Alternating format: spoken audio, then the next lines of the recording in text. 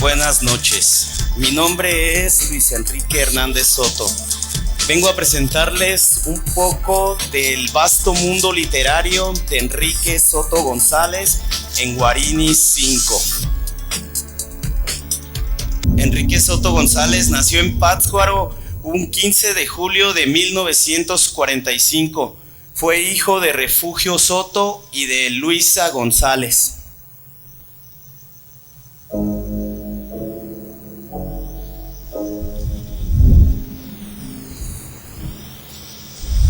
El tesoro del Calzonsi. Esta leyenda habla de la Noche de Muertos como tal, pero también nos habla del tesoro que fue enterrado en el lago de Pátzcuaro, o sumergido en este caso. Empieza a anochecer, el cielo es azul, aparecen las estrellas como pequeñas vetas de plata que brillan como si estuvieran en competencia para ver cuál da más destellos y para que con su luz los románticos mortales se llenen de inspiración para contar lo que es Pátzcuaro.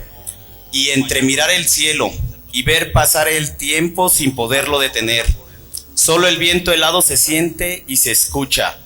De cuando en cuando el canto de un grillo o el grito de un anciano que invita a su familia a sentarse en torno a él y del fuego que preside la reunión.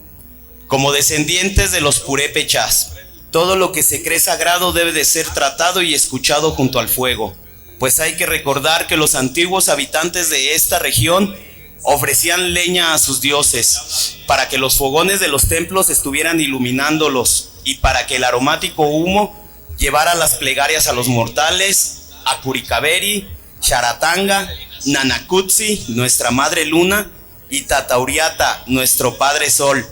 Y así con el calor humano y el del fuego que se funden en uno, se escuchan las glorias del Pátzcuaro viejo, que se niega a morir en pos del progreso.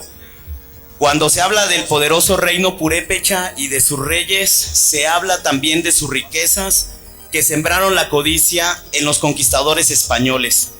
Cuando supieron que en estas tierras había plata y oro en abundancia, el rey y los nobles de este vasto territorio serían dueños de fabulosos tesoros, que con astucia, crueldad y hasta llegar al crimen, los bárbaros conquistadores arrancaron a los legítimos propietarios. Mas no todos los bienes del gran Calzonsi le fueron arrebatados, ya que la mayor parte de este tesoro descansa en el fondo de ese gran lago de Pátzcuaro, que fue y es sagrado para la cultura purépecha.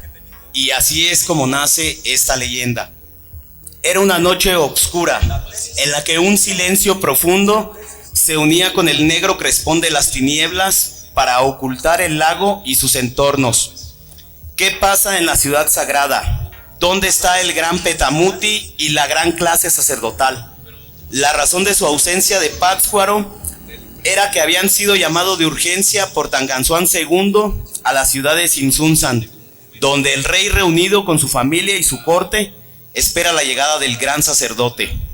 Cuando llegó este ante el rey, que se encontraba en la sala del trono, reunido con el consejo de ancianos, escuchó la voz nerviosa de Tanganzuán, quien le pidió llamara de inmediato a los adivinos del reino, para consultarlos sobre los malos augurios que se cernían contra él y su pueblo, ya que el viento que venía de la gran Tenochtitlan olía a sangre y a muerte, y por consiguiente anunciaba la próxima caída de este poderoso reino de Michoacán.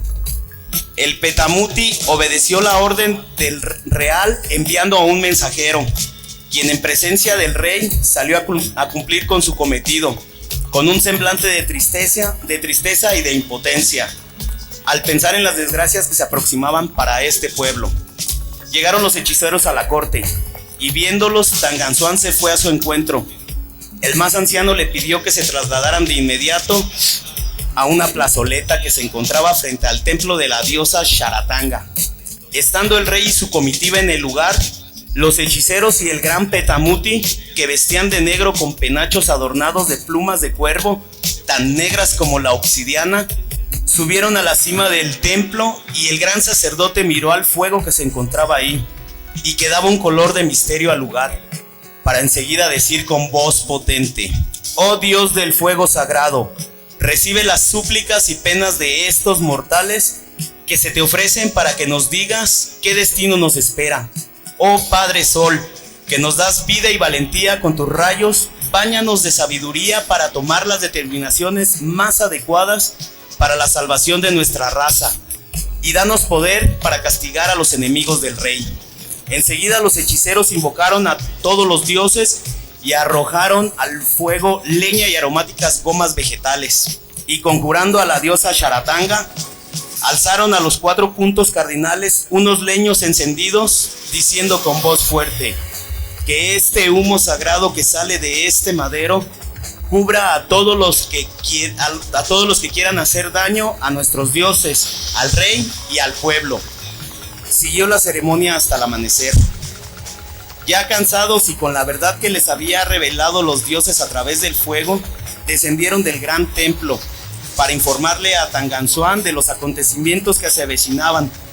Fueron tan terribles las predicciones que el rey se estremeció y se llenó de pavor, ya que los adivinos le dijeron que no habría salvación para él y su reino, que moriría mucha gente y que él mismo sería víctima de la codicia del invasor, ya que venía con sed de venganza y poder.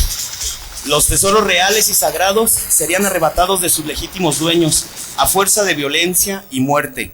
Serían destruidos sus dioses y cultura para imponer una nueva, la de los vencedores.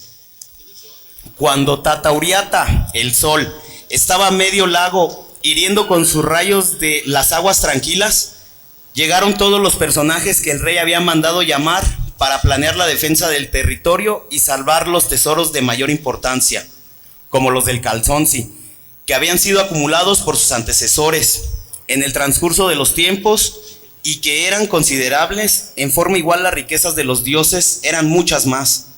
Todos estos tesoros estaban guardados en las casas reales de Sinsunzan y Pátzcuaro, en las islas Pacanda y Urandén. Estos bienes eran cuidados por guardianes que pasaban su oficio de padres a hijos.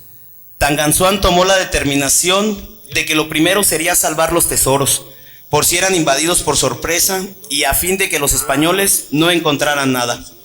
Todos opinaron. Unos decían que se enterraran en las altas montañas, otros por la tierra caliente, ya que nuestro padre el sol los protegería de la rapiña. Y así pasó el tiempo hasta que un atardecer el gran Petamuti le dijo al Calzonsi que el lugar más seguro para esconder los tesoros era el lago de Pátzcuaro, que ahí en el fondo podrían ser depositados, ya que estarían más seguros y custodiados por las almas de los muertos que moran ahí. Ellos serían los mejores guardianes de estos bienes. Por venir esta sugerencia del gran sacerdote, fue aprobada por unanimidad. Se acordó para esta operación que fuera en la noche del día siguiente.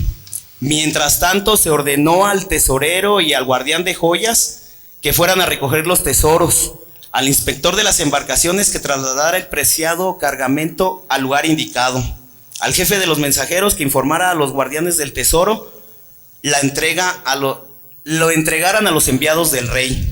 Llegó la noche señalada, noche que sería testigo del final de la grandeza de este reino, ya que se enterraba el tesoro que representaba el poder económico y religioso de este pueblo. Salieron los cargamentos de sus respectivos lugares, muy resguardados y con el mayor secreto y sigilo, ya que nada más los involucrados serían los conocedores del fin que tendrían los tesoros del Calzonsi. Y llegó así uno de los momentos más amargos de la vida de Tanganzuan. Él y un acompañante estaban a medio lago frente a la isla de Janicho, cuando aparecieron entre la oscuridad de la noche las embarcaciones con los tesoros. Con ellos también llegaron el Petamuti y los hechiceros. El tesorero en estos momentos entregaba la riqueza que había cuidado por muchos años y que desde ese momento serían vigiladas por las almas que habitan el Tlalocán, lugar de negruras de los purépechas del lago de Pátzcuaro. Más obscura era la noche cuando se dio la orden de depositar los valiosos cargamentos en las profundidades de este inmenso espejo de agua, que esa noche parecía de obsidiana por la negrura en la que estaba envuelto. Solamente se escuchaban las plegarias y conjuros del gran sacerdote y de los hechiceros, que hacían ese momento más patético, Contribuyendo a esto, las pocas luces de las antorchas brillaban con su luz mortecina. Cuando terminaron los remeros su misión, se le dijo al verdugo del reino que sacrificara en esos momentos y de uno en uno a todos los que habían depositado los tesoros en el lago. Enseguida el verdugo y el petamuti dejaron sus embarcaciones para abordar una más grande, donde ya estaban los que eternamente cuidarían esas riquezas. El petamuti decía mientras se iban sacrificando a los remeros que era un honor ser los elegidos por los dioses para vivir eternamente y ser los custodios de los bienes de los dioses y del rey, y los exhortaba a que no permitieran que fueran profanados de ese lugar por la codicia del hombre, que él y los hechiceros, por su intercesión, los dioses les permitirían que sus almas salieran cuando los tesoros estuvieran en peligro, y también siempre serían los centinelas ahí en las profundidades del lago, en el mismísimo sitio donde ahora descansan los tesoros. Y empezó a oírse en el silencio de la noche nada más el golpe seco y brutal de la masa, que destruía el cráneo de los individuos, que formarían el grupo de centinelas de ultratumba. Mientras duró el sacrificio, el gran sacerdote y hechiceros entonaban cantos fúnebres y maldecían por adelantado a todo aquel que quisiera apoderarse de lo que ahí se guardaba. El rey y su comitiva escuchaban el grito de dolor de los remeros y veían caer los cuerpos ensangrentados en el abismo del lago. Y cuando no quedó un solo hombre para sacrificar, Tanganzuan con sus acompañantes se alejó poco a poco y en la embarcación real para detenerse solo a escuchar los más horribles lamentos que salían donde momentos antes habían sido sepultados las fabulosas riquezas. Lamentos de muerte que rasgaban las sombras de la noche. Eran los lamentos de las almas de los antiguos reyes de Michoacán, que se unían a los de los guardianes del lago. Llegaron los conquistadores, destruyeron parte de la cultura purépecha, asesinaron a Tanganzuan por no haberles dado información del lugar donde había sido escondido la mayor parte del tesoro del Gran Michoacán. Y así se cumplieron las profecías de los adivinos. Cuando se empezó a evangelizar a los habitantes de las islas y de los pueblos de la ribera, era frecuente que transitaran por el lago de los lugareños, ya que a veces tenían que acudir a Pátzcuaro o a Tanganzuan, donde estaban los primeros misioneros franciscanos. Las idas a estos lugares por los nuevos evangelizados era cuando el sol se ocultaba atrás de las montañas. Hombres y mujeres con sus familias, después de terminar sus labores, acudían a los servicios religiosos que realizaban los frailes. Por tal motivo, estas personas regresaban ya de noche a sus lugares de origen, muchas veces teniendo que desafiar las inclemencias del tiempo y de la oscuridad que reinaba en medio del lago. Y así siguió el ir y venir por meses, hasta que una noche de mayo, en que varias familias regresaban a Janicho, empezaron a ser invadidas por un extraño temor y presentimiento. Cuando se acercaban al lugar más profundo del lago, de repente vieron venir del seno de las aguas unas figuras blancas que miraban con ojos que pareciesen como carbones encendidos. Después hicieron su aparición otras sombras negras entre la niebla, que trataban de apoderarse de las personas que estaban de una sola pieza en las canoas por el susto de lo que estaban viviendo. Esas almas que venían de ultratumba lanzaban unos gemidos de terror y antes de desaparecer lanzaron una advertencia con amenazas. ¡Ay de aquellos mortales que renegaron de nuestros dioses y nuestra cultura! Y aquel que se atreva a profanar este lugar sagrado, donde descansan los tesoros, será maldecido y recibirán castigo todos sus descendientes hasta el fin del mundo. Y en medio de la oscuridad con vientos y embravecido el lago, desaparecieron los guardianes de ultratumba, exhalando gemidos lastimeros. Los testigos, ya repuestos del suceso, huyeron para ocultarse en sus casas. Al día siguiente, la noticia de este hecho corrió de pueblo en pueblo y se evitó pasar por ese lugar del lago por mucho tiempo, y más en las noches oscuras, cuando no hay estrellas, cuando no hay luna. Cuentan los ancianos que los tesoros del calzón sí solo podrán ser rescatados del fondo del lago cuando haya personas que vuelvan a la antigua religión y adoren a la diosa Sharatanga, Curicaveri, Nanacuzzi y Tatoriata, y vuelvan a gobernar un descendiente del Calzonsi. Mientras tanto, pescadores y algunos solitarios viajeros seguirán evitando pasar por el lugar maldito para no encontrarse con los centinelas del más allá, que siguen al acecho de cualquier envidioso de estas inmensas riquezas, que descansan en el fondo del lago más bello y sagrado de Michoacán. La plazuela de las ánimas, San Francisco.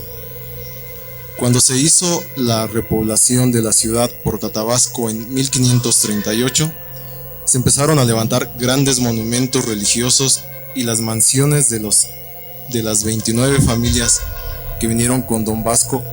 Para esto se hicieron las plazas. La Plaza Mayor, que antes de la llegada de los españoles fue hecha para las grandes ceremonias que realizaban los purépechas al dios Curicaveri. Y en esa plaza los súbditos de Calzonsi aclamaban a su dios y a su rey. Las plazuelas del Santuario, del Volador, del Guajolote, la de San Juan de Dios, la de la Cruz Verde, la de la parroquia, hoy Basílica, y la plazuela de San Francisco. Todas ellas, junto con las plazas Vasco de Quiroga y la de San Agustín, hoy Gertrudis Bocanegra, tienen grandes historias, leyendas y tradiciones donde sucedieron hechos tristes y alegres como los que acontecían en la época virreinal en la plazuela de San Francisco y que vamos a narrar ahora. Esta plazuela fue el escenario de castigos crueles y a veces injustos por las autoridades virreinales. Todo mundo tenía pavor de pasar por ese lugar, pues ahí aplicaban los más fieros castigos a aquellos pobres hombres que caían en manos de la Santa Inquisición o las autoridades de la ciudad. Pobres de los inocentes que no tenían ni dinero ni influencias para defenderse o que los defendieran. En esta plazuela, del lado izquierdo del portal, se encontraba la picota, que servía para azotar a todo aquel que infringiera la ley. Era un montecito de grandes rocas que todavía podemos ver.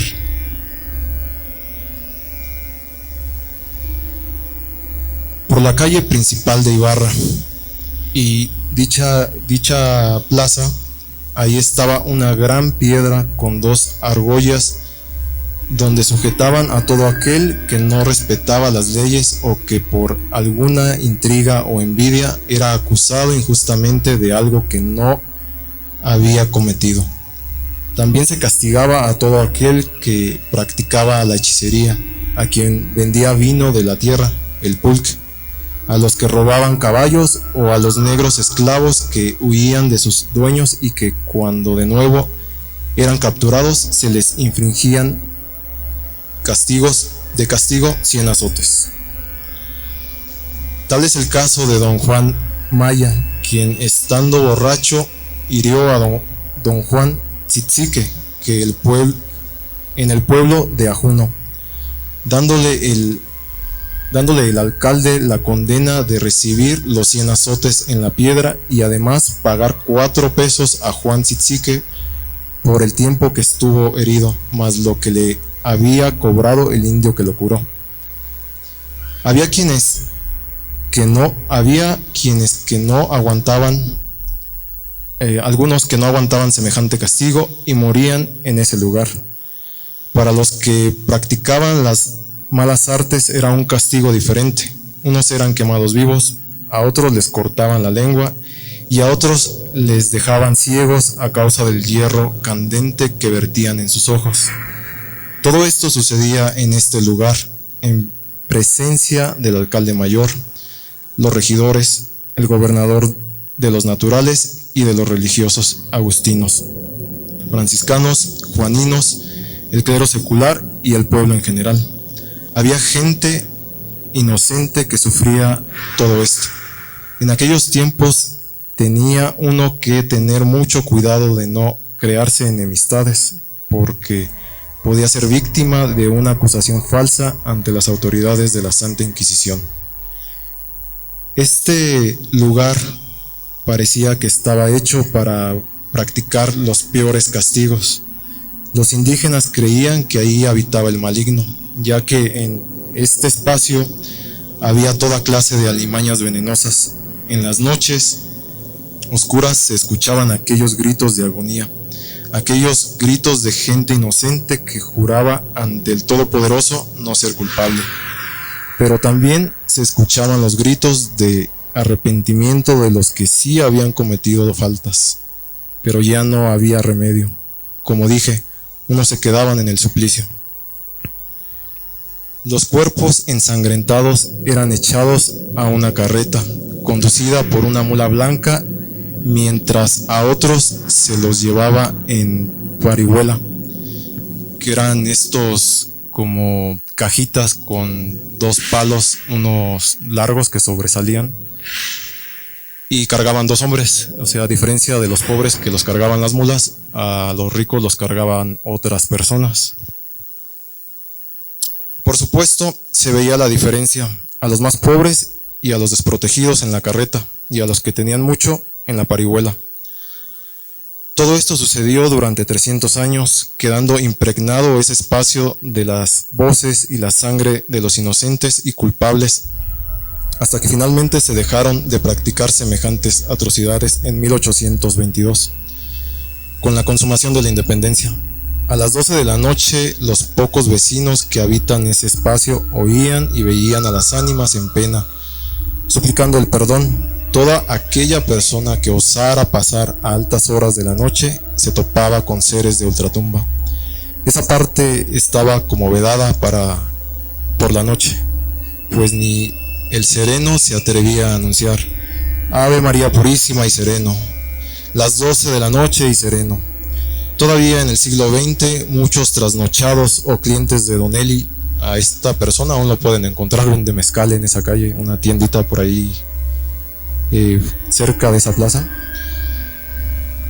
se encontraban a las ánimas, y cuando al día siguiente lo comentaban, tenían como respuesta: el mezcal de Don Eli no es del bueno, pues los hace ver visiones.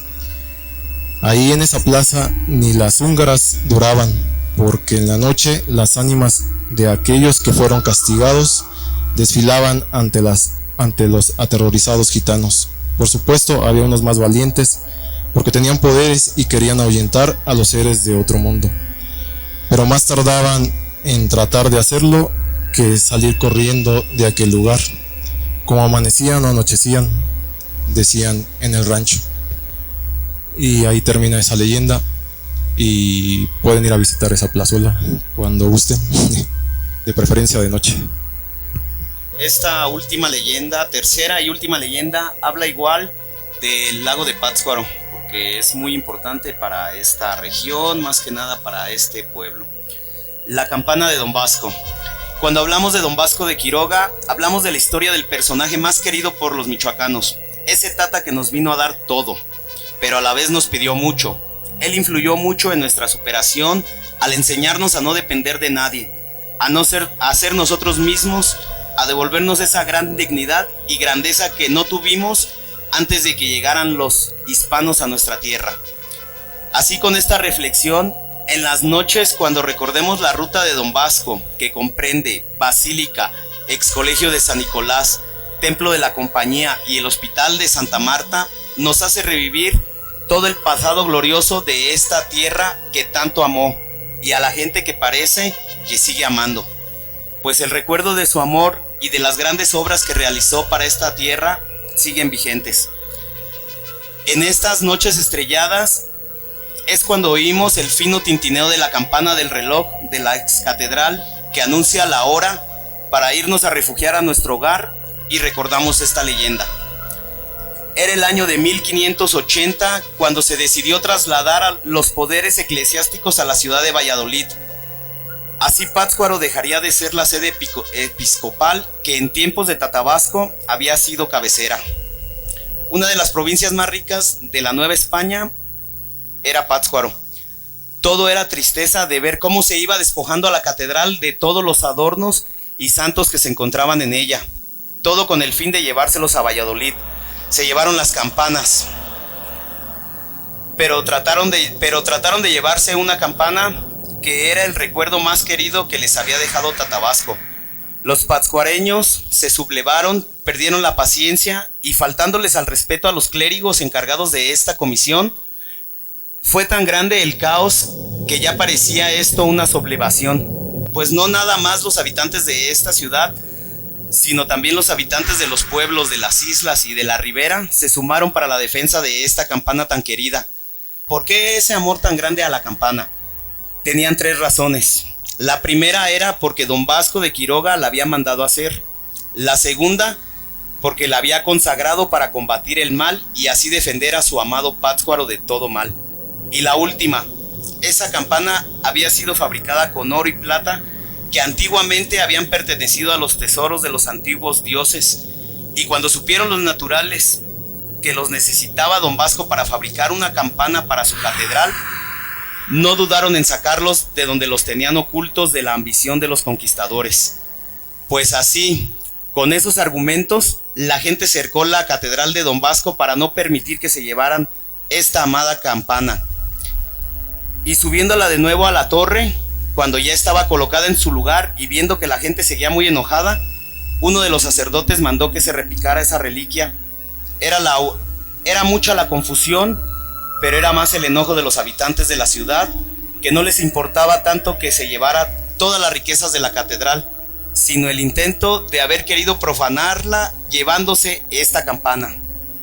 El sacerdote seguía tocando, pero a la vez pedía la intercesión del alma de don Vasco de Quiroga para que acudiera a calmar a su amado pueblo. Era de noche ya. La antigua catedral de San Salvador se veía iluminada por las antorchas que portaba la gente enardecida. Las autoridades virreinales como las autoridades indígenas hacían el intento para que cesara la violencia.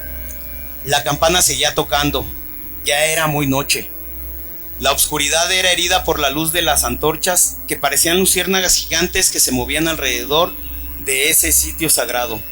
Y fue así que el sacerdote, a cada toque de campana, invocaba más fuerte el alma bendita de don Vasco para que viniera a aplacar la ira de sus amados hijos. Y sucedió el milagro. Entonces vieron venir una procesión de clérigos que salían de lo que había sido catedral provisional para encaminarse a la catedral de San Salvador. Pero lo maravilloso de esta procesión era que quien la encabezaba era don Vasco de Quiroga. Los que la vieron se arrodillaron y pidieron perdón por lo que estaban haciendo. La procesión siguió su recorrido en medio de la noche para perderse en la antigua catedral. Desde ese hecho sobrenatural, siempre que Pátzcuaro estaba en peligro, se pedía que se tocara la campana, porque así lo había dicho don Vasco de Quiroga, que cuando la ciudad estuviera a merced de cualquier contingencia peligrosa, se repicara con la campana que fue consagrada para defender a su amada ciudad de Pátzcuaro. Hoy esa campana todavía sigue en el campanario de lo que fue la catedral de don Vasco, ahora Basílica de Nuestra Señora de la Salud. La última vez que se oyeron esos finos sonidos fue en 1943, con motivo de la erupción del volcán Paricutín. Se tocó para que Pátzcuaro no le pasara nada. Se dice que hay una campana enterrada debajo de Janixio. Si se fijan, Janixio tiene la forma de un pendón, no, lo que es arriba de la campana, de la forma que tienen arriba las campanas, y se dice que por eso fue también que los naturales apoyaron tanto a Tatabasco y sacaron un poco del tesoro que tenían enterrado para apoyarle con esta campana consagrada para todo mal. Eso cuentan las leyendas, eso cuentan los libros. ¿Les gustó? Gracias.